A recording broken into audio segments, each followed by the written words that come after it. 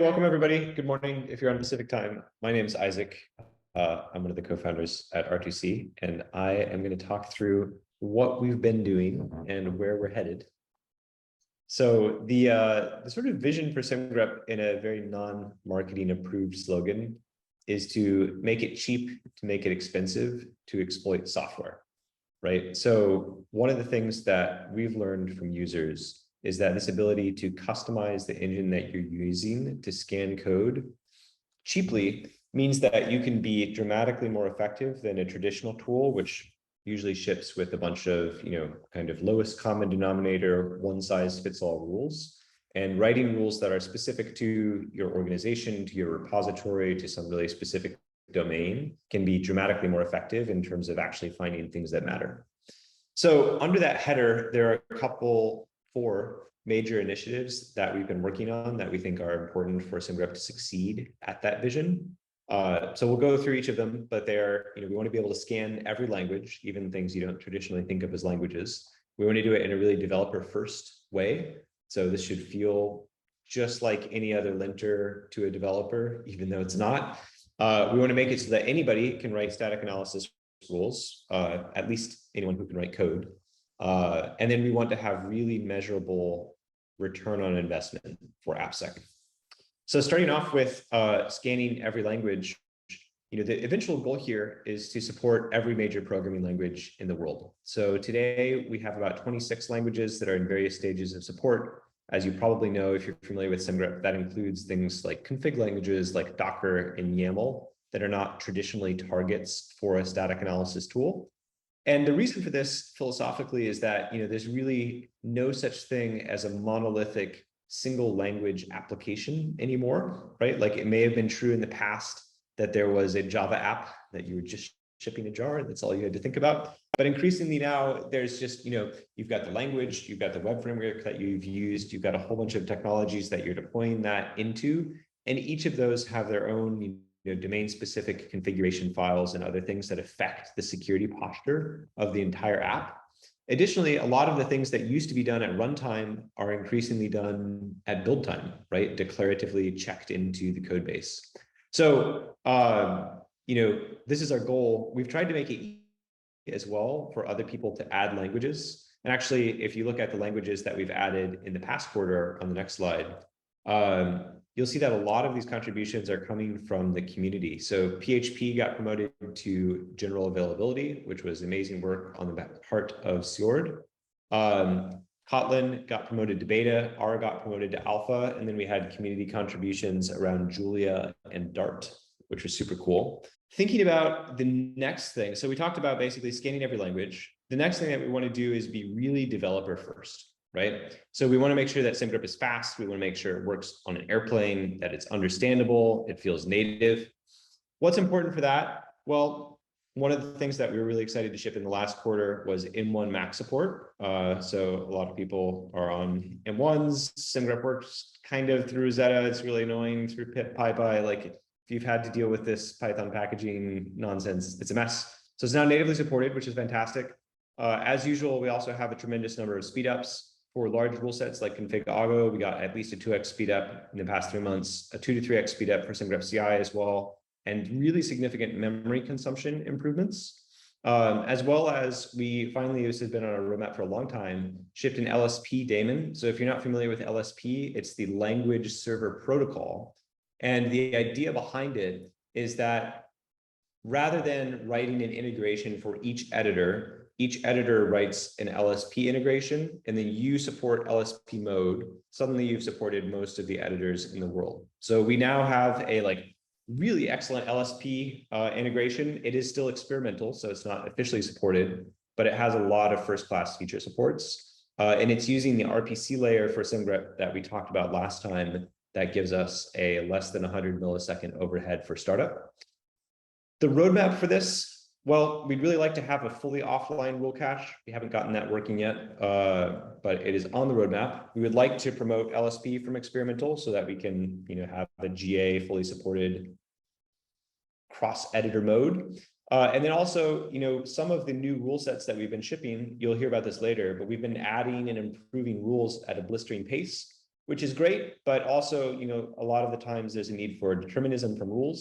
So we want to allow people to pin rules, even though you'll be using a stale, outdated version of the content.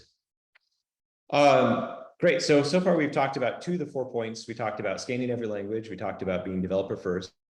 The next one is, making it sure that anyone can write static analysis.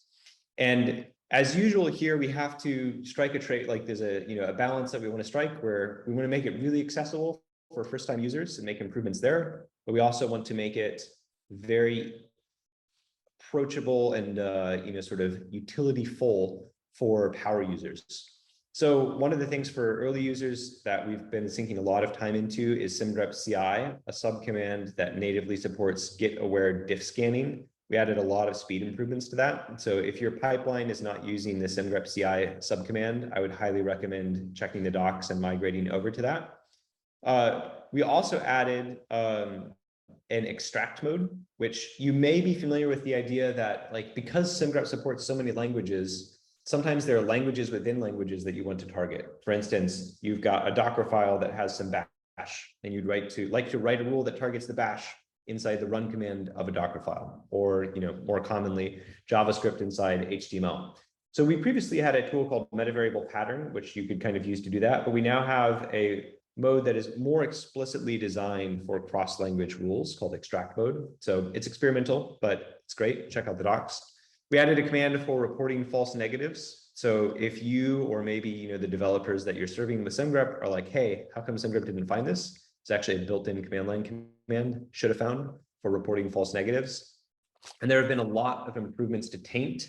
So you may remember that in the previous iteration of taint, we launched with sources, sinks, and sanitizers. If you're familiar with program analysis theory, you may have been asking, where are the propagators? And we now have the propagators, which is great. We've also added a lot of stuff to make it easier to debug why a finding appeared. So a lot of the times with Semgrep, it finds the thing, which is great, but it also matches a lot of the surrounding code, right? So, the entire function, or like all the way from the source to the sink, there's now a new pattern called focus meta variable that lets you specify, hey, like this is actually the meta variable of interest, which makes it so you can more easily figure out like, oh, like all this code changed, but actually that meta variable of interest did not. So we're actually not going to report a finding here. There have been a bunch of improvements to an internal key, which is still internally focused and experimental, but worth mentioning. So we now support other package managers like Poetry and Gradle for the R2C internal key named project depends on. And what this is eventually going to be useful for is dependency scanning, right? So you would like to combine a Semgrep rule with the presence of a dependency at a specific version. If you are interested in this at all, please chat with us or take a look at the docs, because the engine actually does support that. And then the other thing is there's a JSON output mode. We've now formally specified the output of the JSON mode via schema. And we added taint traces for taint mode to that JSON output. So one of the goals for this is to eventually come back and actually have in things like the online editor visualization for taint mode. So the other thing that's notable under the anyone can write static analysis header is we've been working on an extension called DeepSemgrep. So this is a proprietary extension that uses the same rules. And if you go to the next slide, Emily, uses the same rules, exactly the same, but reaches beyond a single file. So one of the limitations that Semgrep has always had, and probably will, is that it is very fast, but it only works within the context of a single file at a time, right? So the analysis is inherently intra-file. And in fact, it's a little more limited than that. The analysis is intra-procedural versus DeepSemgrep, which is performing an inter-procedural analysis. The initial languages for DeepSemgrep are Java, Ruby, and Terraform. And this is, like really targeted at people who are, a little bit less developer focused, honestly, more like an AppSec team. So if that describes you, we are certainly looking for development partners and also test cases for this. A lot of the work also improves the open source Semgrep data flow engine, but for people who kind of want to spend more time, compute, and memory on analysis, this is now an option. The last thing to talk about on the anyone can write static analysis thread is on the next slide. What is planned? So what is upcoming? Well, in open source Semgrep, we want to mature the taint mode and support for GA languages. We want to add support, as mentioned, to that editor for visualizing the taint traces. Improving DeepSemgrep. We also want to add better registry integration, so make it easier to discover and find rules from the CLI, which is cool. There's a really great feature that shipped actually a few months ago, symbolic propagation, that needs to be shipped or moved to general availability. It is enabled as opt-in right now, but it significantly improves the kind of intuitiveness of like, oh, Semgrep just finds exactly what you'd want. And then we also want to make it more possible to compose rules. So, take some patterns from one rule, take another pattern from the another rule. We have join mode, which lets you do that, but it doesn't let you override things like metadata or really depend on entire collections of patterns. So we would like to make, the Semgrep rule syntax much more composable across files. I see there was a question in the chat about, can you export JSON to a file via fly commands? And somebody has replied with the link to the Stack Overflow question. So that's great. The third thing to talk about is AppSec ROI, right? And so the fourth thing. And the goal here is really to make effective application security work easy with Semgrep App. So if you go on to the next slide, Emily, the goal is to make it so that, a user who wants to try semgrep.dev can onboard quickly by just running Semgrep login and then Semgrep CI. And there's been a bunch of good things that have shipped here in terms of making it easier to fork and contribute back to the registry from the web UI, which obviously benefits the whole population of rule authors. There's actually a Git-based workflow where you can have your rules in a Git repository and sync them up to the web UI. And we've also started supporting a workflow, which is kind of cool. I think a lot of the times when you first create a rule, you're like, I don't know, is this appropriate to enforce on my developer friends, the rest of my team? Maybe I just want to monitor kind of how it goes for a while, see what it would do. So internally, this is actually exactly the workflow that we've been using. When we write rules, you're seeing the screenshot at the bottom, which is how we dog food it ourselves. We put them into monitor mode. Eventually, we promote them to making PR comments. And that's the terminal state for a lot of rules, but for some of them, we actually promote them to become blocking, where it will actually not only comment, but also block the PR. Some other cool things that shipped, we improved the first run experience quite a bit in terms of the default selection of rules. And we also will rewrite PR comments and write them in strike through. If the finding gets fixed, the PR comment will automatically be updated to say, oh, fixed a disconnect, which is super cool. So that was the last quarter. What are the upcoming goals for Semgrep App? Well, we really want to add more metrics insights, things like fix rate, coverage, mean time to remediate, which are metrics that traditional tools have had for a long time, and we're just kind of catching up in terms of adding those things. There's also been a lot of requests from customers for security policy grouping and inheritance. We would like to ship a security query console. So you can just take your rule that you're writing in the online editor and then be don't just run this on the target code, run this over all of GitHub. So a sort of search console for Semgrep rules, which would be really cool. We also have a lot of app UI and UX improvements to make. There's a lot of kind of paper klutz in the online experience right now that we want to fix up. And then we also want to do a better job supporting mono repos, right? So if you just have a single giant repo, how do you break that down? Because different teams have different responsibilities for different areas of that repository. Also just want to give a big shout out to the community for gobs of feedback, both free and paid SaaS users and metrics that people have shared with us. The one that I found most encouraging, to be honest, was one of the users shared that with Semgrep, they are 10x cheaper per validated Vone OpEx cost versus traditional tools, which to me really strikes at this goal of making it cheap to make it expensive to exploit software, which is awesome. So the last thing is rules. We want Semgrep rules to rule in a sense. And this is certainly under the header of effective AppSec programs, right? The more that we can do, obviously custom rules are great, but the more that we can do to have good out-of-the-box rule experiences, the better. So this is a partial list of the work that the security research team did in the last quarter. You can see there was a bunch of frameworks and libraries that we improved coverage for, as well as just general language coverage.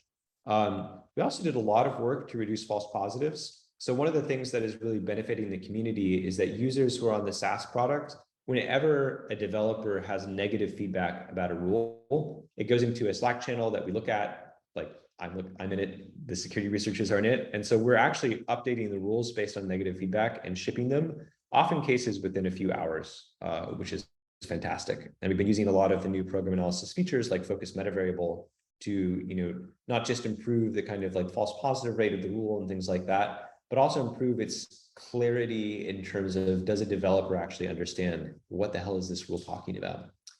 And then one other thing, which is still nascent, but we've gotten a lot of asks for specific rules from some customers. So there's now a tier, like if you are a paid customer, there are some rules that are exclusively available via the team tier, which you can see on this link.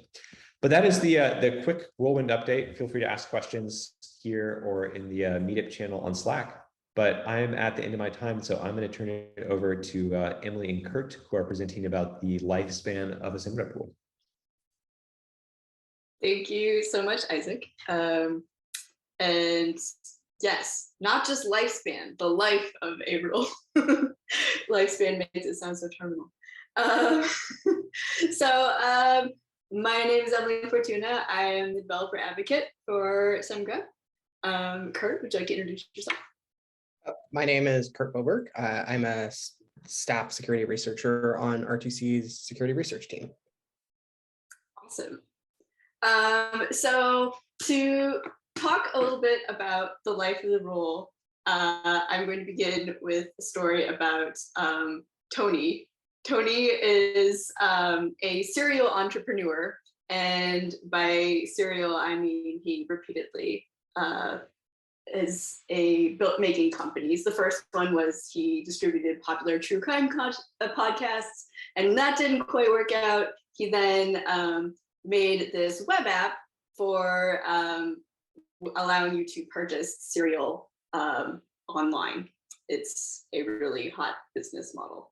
And to do this, he also wrote a special serializer so that when people made a purchase, you could store data about their cereal preferences and so on. But he wrote his own unique serializer library so that he wasn't, because he didn't want to store certain things like credit card data and so on. But there is a vulnerability or discovered there's a vulnerability in his serializer library. When you write data, a malicious user could inject any sort of code that when someone comes back, you load the preferences and that code gets executed.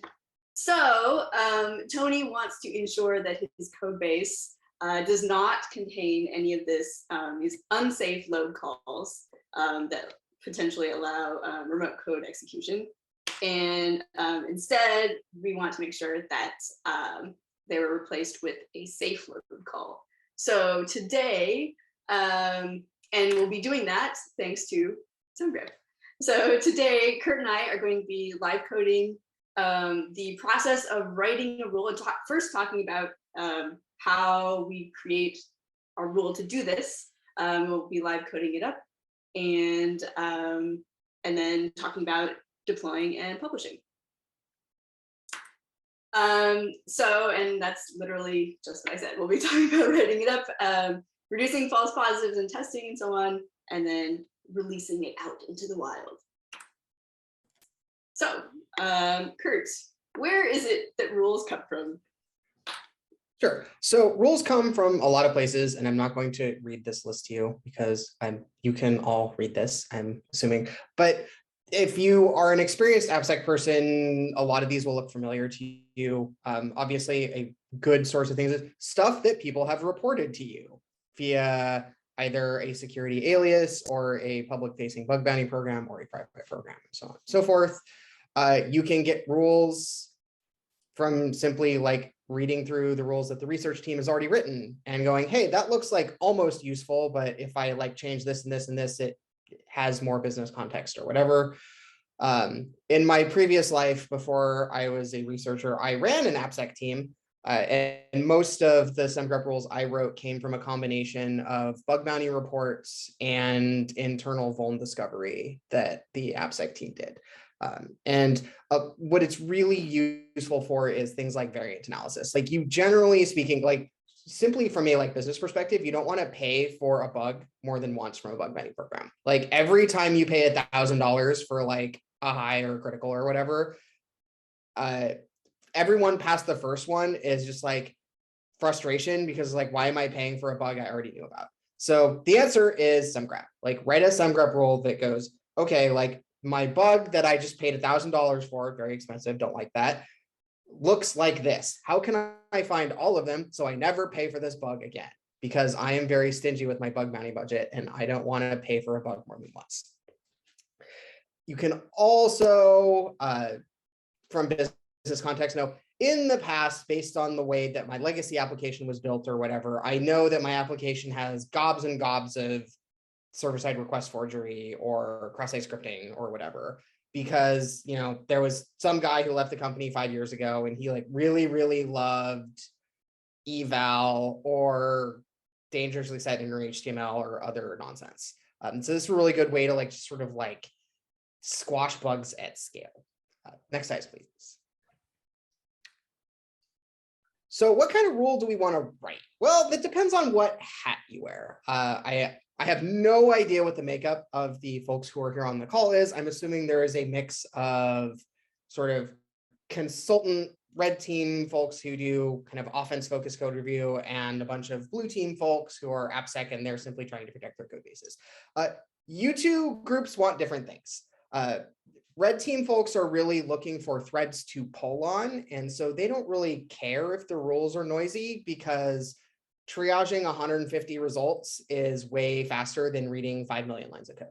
And that's an acceptable trade-off for someone, especially if you're on like a 2-week engagement or whatever, and you just really need to find some business context specific, like interesting things to go poke at. You could do that by hand and spend your first week reading code, or you can run Semgrep and have, a dozen places to start in 5 minutes. So that is the first half of it. We're going to talk a little bit more about the blue team side of things. And blue team really needs high true positive, low false positive rate. And one of the other things is you can't really catch everything. The layered defense is should be a huge part of your secure software development lifecycle because every individual step is not going to catch everything. But what you want to do is catch absolutely known bad and then notify your developers, hey, you did the absolutely known bad. And you want to give them meaningful, actionable feedback. So when they get a finding, they go, oh, I understand why this is bad and I know how to fix it. Because otherwise it'll go, this tool is stupid. I'm not listening to this, turn it off. And they will complain to your boss and your boss's boss and your boss's boss will tell your boss to tell you to turn it off. And nobody wins in this case. So we want developers to be our friends because when they are our friends, they tell us about things that are bad. If they are not our friends, they will hide stuff from us. And this is just bad for everyone. So we want developers to be happy. And if your developers are your friends, then they'll respect what the tool is telling them and hopefully even write better code going forward as well. This is true. A lot of you are somewhere in the ratio of 1 to 100 to 1 to many hundreds in terms of security people to developers. You want developers to help you scale out. And they will do that if they like the tool and find it valuable, and they will not do that if they hate it. So we want developers to like Semgrep. Next slide, please. So how do you go about starting to write a rule? Most people really start by just kind of writing grep-like rules and using a lot of the super basic features. Again, Semgrep really came from let's make grep but better.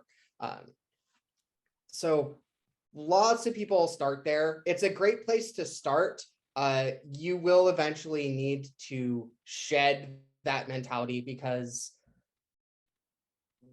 eventually you need to start thinking about leveraging the nice AST parsing stuff that Semgrep does rather than simply doing string matching, because the whole point is that we're doing something better than string matching. Yeah, It'll make your life better too, because it will be easy. You can write simpler rules that are easier for your brain to understand as well. And easier for other people to understand. Eventually, once you kind of like grok Semgrep, you can write like really nice, clean rules that are in hindsight very, very obvious. Sometimes they like require significant cleverness to get to, but you can generally hand them to another person who can read Semgrep rules and go, oh, that's really clever. You can write rules from copy pasting registry rules. That is another perfectly fine place to start. There's a lot of sort of like cookbook style rules with clever stuff in there that you can go, hey, that's really useful, and I wish it did X for my specific business case. So you can do that as well. And eventually, once you become a Semgrep guru, you can just directly export them from your own brain right into the editor. Sorry, one other quick thing just to add on the registry. The way to fork a rule is you open it in the editor and then you can hit fork from there. But yes, sorry, please continue. Yep, I'm done. All right, yes. Right. So let's go to the next slide. All the above. All right, and so yeah, given all that, this brings us back to Tony and writing this safe load rule to ensure that his serializer library is good. So let's start writing that code. Let me pull up the right tab here. Not that one. This one. Great. Yeah. So we've got a bare bones rule that does literally nothing except it looks for the pattern underscore, which is not very useful. And we have some test code from this hypothetical serializer library that we'll be using to see our rule writing progress. And a quick aside about setting up your test code. These annotations are very, very useful, particularly if you're coming to the community Slack with a question. Like, hi, I have this Ruby code and I'm trying to find this and I can't write a rule, please help. It's really helpful to have example code like this annotated with commented out like rule ID, name of your rule, and okay, name of your rule for things that it should and shouldn't match. This makes it a lot easier for like the research folks and the CSE folks who are like interacting with community Slack and going, okay, I'm going to try and help you write the rule, but it's very, very helpful for you to specify in advance, here are the targets I'm trying to hit and here are the targets I'm not trying to hit. Because it sort of cuts out the feedback loop of like, I think you're asking for this, is that correct? Because generally speaking, like if you annotate your code nicely, the tests should be self-evident. So one other quick thing before we jump in, I just want to check that our font size is visible to people, or should we increase it a little bit? We should go up one level, I think. Yeah. Yeah, I think that strikes a nice balance between readability and screen real estate. Cool. Thanks. Okay. All right, so let's start catching some unsafe load calls. Yep. So Tony's original serializer he wrote, and he sort of followed the PyYAML spec a little too closely. And he decided, and so his default loader is unsafe. And so because we're looking for specifically the serializer loader and we're in Python, we can actually use Python's or Semgrep's import resolution to specifically say we want to look for load calls from the serializer library, not like JSON.load or anything like that. So what my wonderful co-presenter Emily is doing here is filling in sort of our basic rule to start looking at what we're finding and kind of what we should be finding. Okay, so we found a bunch of calls to load. It turns out that this library has another loader called load all, and that one is also unsafe, and we're not matching that. So we need more than one pattern. So we're going to use pattern either, which is just an or construct in sort of like Boolean logic. It's like this rule or this rule. So we're going to do pattern either serializer load or serializer load all. Kurt, tell us what the ellipses do. Right. So the ellipsis in Semgrep is sort of the default Semgrep superpower. There's some stuff in here, but I don't care what it is. So just match a thing that is sort of this shape, and I don't care what the arguments to load are because everything in there is probably bad. Yeah, and you can also use ellipses for things like inside a string. If I wanted to match a string and I didn't care what to use, I could use that. I could also use it inside a function body and so on. So ellipses are pretty powerful, and you'll probably see them a lot. Yeah, you can also use it for things like order of operations, like function A must be called before function B. So you can go pattern like function A ... and so on and so forth. I don't know that this particular example has any examples of that, but yeah. Okay. So the next thing we're going to do is we're going to use a little bit of app context because we're trying to solve Tony's problem. We're not trying to solve an arbitrary problem for all Semgrep users because this is specific to Tony's serializer. Only his company uses it. So we know he's using a Flask application. So we're going to go, okay, you know what? Really, we just want to find serializers that are inside Flask routes. So what we're going to do is we're going to add a pattern inside that matches Flask routes.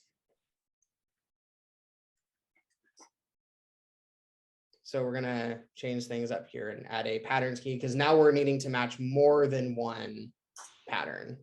The pattern either counts as like a pattern. It's just a pattern with a list in it, and it returns at least one result. So, yep. So here we have a pattern inside. We want app.route. We don't care what the route is, which is why we're using that arbitrary string literal. And for now, we don't care what methods it is. We just want to say any reachable Flask route. Yeah, and yeah, inside any function, we have that decorator. Cool. So now we are just looking inside these functions. We don't have any new tests passing, but we have narrowed the scope of our search. So that helps. Yep. So at this point, I, an experienced Semgrep user, am going, if I'm looking for user-facing data, what I'm actually asking is a data flow question. So I actually don't think I want search mode here. What I actually want is taint mode, because what I know is like serializer is only bad if user-facing data gets into it. So what we're actually going to do is we're going to switch to taint mode. So for taint mode, we need to specify sources and sinks. You can optionally specify sanitizers. We're not going to be using sanitizers today, but this will be a pretty good overview of.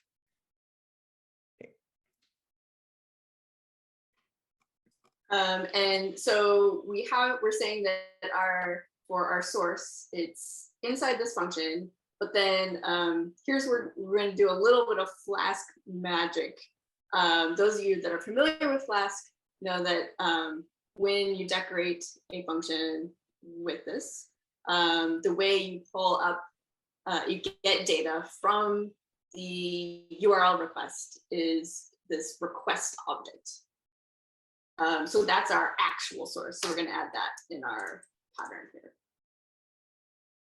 as well.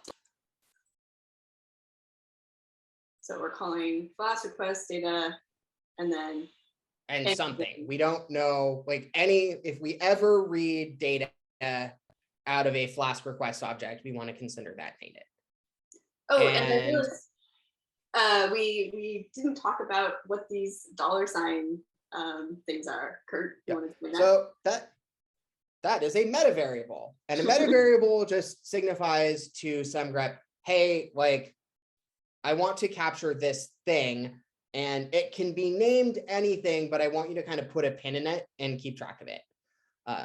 And so for search mode, this can be things like just like if you have a variable assignment from like a function you're interested in, and then you want to like reference it later, you'd want to use a meta variable. So if you, for search mode, if you're like, okay, I want to find a function and I initialize a thing from an RSA crypto provider that eventually goes into another, like an RSA decrypt function, and it has to be that specific provider, you'd use a meta variable there and use the meta variable in the capture, and then reference it again in the function call to make sure it's that provider specifically that ends up in your. Yeah, it's just Semgrep variables, but since there are already variables in the code, they're meta variables, meta variables about the variables. And I'll note that this particular write-up of taint mode is a little interesting because our source, as we noted, is right here, and then the sink is right here. So the data flow path is very short, but taint mode can allow you to track data flow through a much more convoluted path than we have in this particular example. As long as it's inside the same function. Exactly. Reminder, open source Semgrep is intra function only. And sometimes this gets wacky with like inline anonymous functions in some corner cases. So watch out for that. Noted. So we have a couple tests still failing. Yeah, so let's go look at those. So line 29. So that's safe load. And so we can just add safe load as, oh, and so the reason, so I told you that we want to replace loads with safe loads. So what gives, if you look, our loader, this particular API is a little goofy, and you can specify a loader to load or safe load. And so you can technically make safe load unsafe if you pass an unsafe loader. So we want to catch that case with, and vice versa. If you override the unsafe loader with a safe loader, that becomes okay. So we have to do some fiddliness with our sinks to make them more correct. Yeah, because in practice, people, APIs and code can get a little finicky. So the devil's in the details. So let's add safe loader.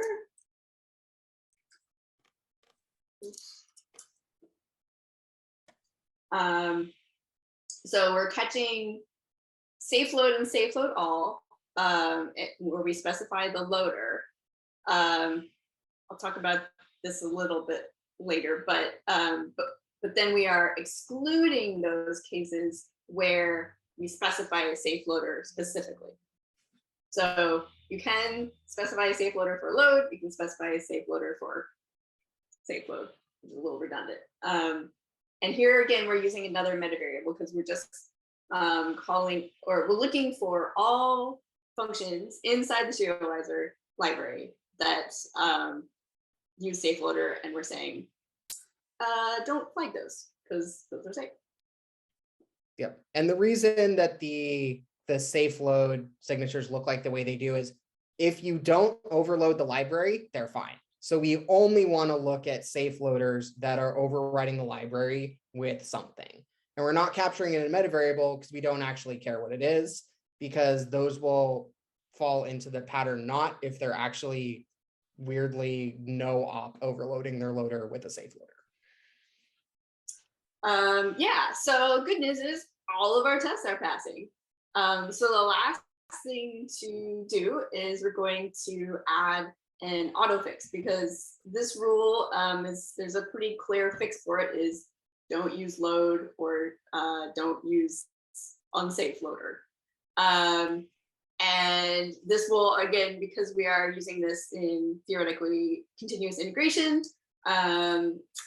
make our developers' lives as easy as possible by giving them a quick and easy fix so they can just click, yup, accept, and get on with their lives to think about other interesting things. So for that, we have this auto fix thing you can pass in. And what we're saying here is we're being very explicit. We're saying safe load all is a superset of safe loads. So we're replacing them by default with safe load all.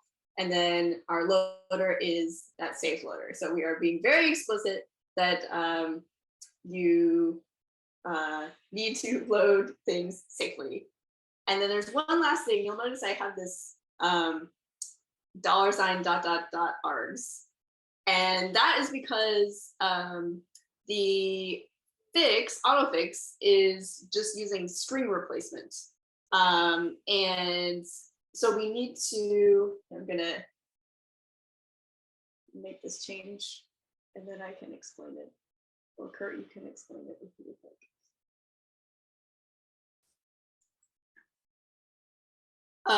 Basically, so I replaced all the dots that were here previously with .args. So we're referencing it later. And the reason. So Emily, what is that? What is this weird construction we just introduced? It's a named. It's a meta variable. Trick question. I know the answer to this question. This is an ellipsis meta variable, which can capture groups of stuff. And what it is it's basically a greedy operator for capturing stuff into a meta variable. So if you need to capture like all the arguments to a function, or everything between two brackets, or all the things in a string literal that may or may not have spaces, you want to use an ellipsis meta variable. If you the other place you'd see this a lot before extract mode became a thing is you'd use it to capture internal blocks. So from Isaac's earlier example, like if you wanted to capture JavaScript inside of HTML, you would capture the JavaScript inside an ellipsis meta variable and then do a meta variable pattern on that ellipsis meta variable. But the keyword here is ellipsis meta variable. And so if you go looking for it in docs, that's what you want to look for, because that will explain the nitty gritty of the ellipsis meta variable. Anyway. Yeah, and the reason that we are doing this is because we want to explicitly specify safe loader, whereas before we were just saying capture all the args, and now we're separating that loader parameter out. We seem to have, we're now catching this one, and I'm going to see what I did to, oh, I removed the pattern not. That would be the problem.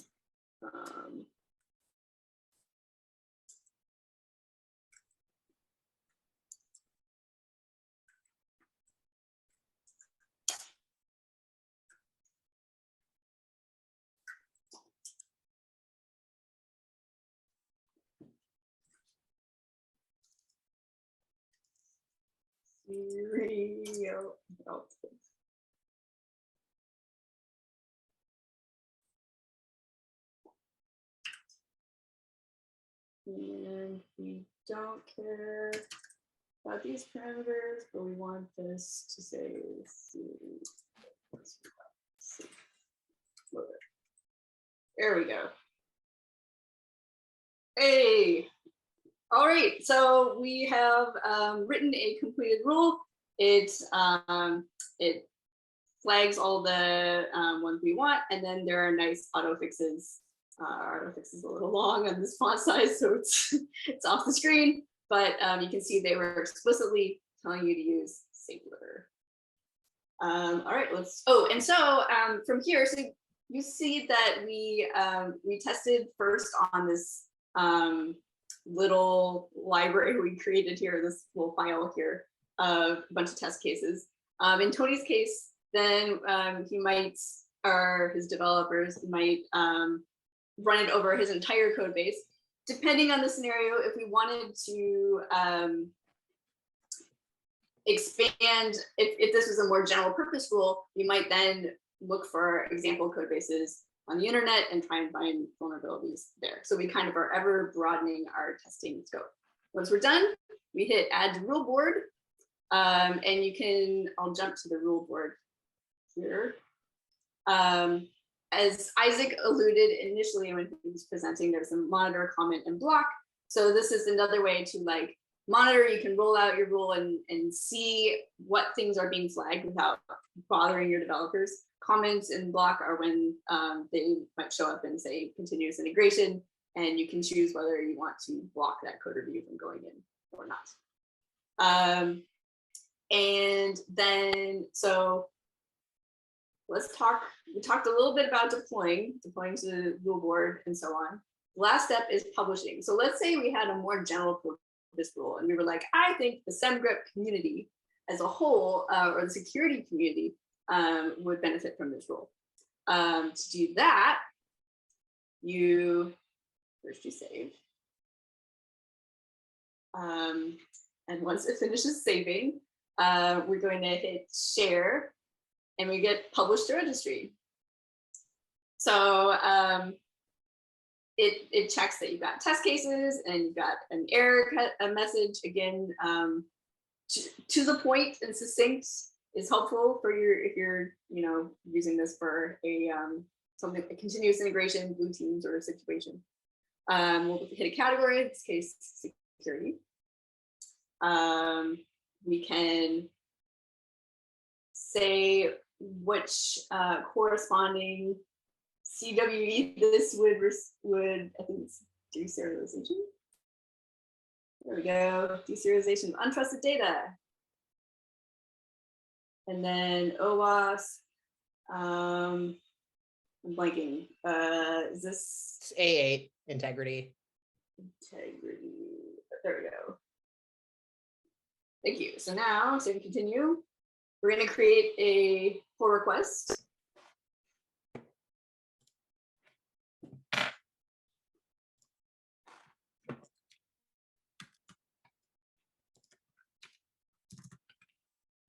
And this will take me to GitHub.